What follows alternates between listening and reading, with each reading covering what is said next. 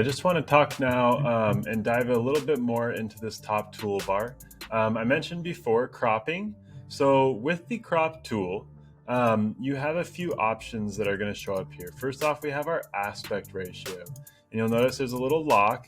If you have it locked, what that means is it's going to maintain the exact same shape the whole time and just change in size. If we unlock it now, it's going to let me choose whatever I want. What's nice about this is if I know I need my picture to fit, in a 5x7 frame or an 8.5x11, which is a standard sheet of letter paper, or 8x10 or whatever, I can choose the ratio I need. All right. 1x1 will give me a square, and I can move my image to land in that square however it needs to. All right. You can also, though, so I chose 16x9 here, right? But let's say, I want it to be horizontal instead of vertical, or vertical instead of horizontal. What I can do is when I resize it, if I go from the corner, I can drag and pull upwards, and it'll actually turn it to be in the vertical instead of horizontal. And I can go back. If I pull to the side, it'll go that way. All right, we'll reset it to original. All right, and then we also have angle. There are a few ways we can do angle. We can choose auto, and it's going to reference the different lines in the image. Sometimes it won't work if there isn't something for it to read. We can also rotate that image here with the slider bar, or I can actually get this little ruler here, and I can click and drag, and it'll set that line that I create to be the angle on my image. Okay, and that's the crop tool.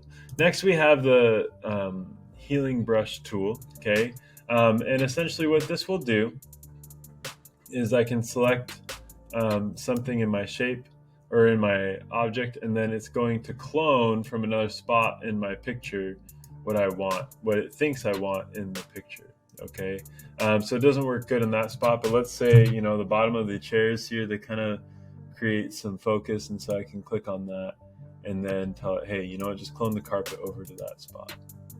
And I can choose the reference point, and now those are gone.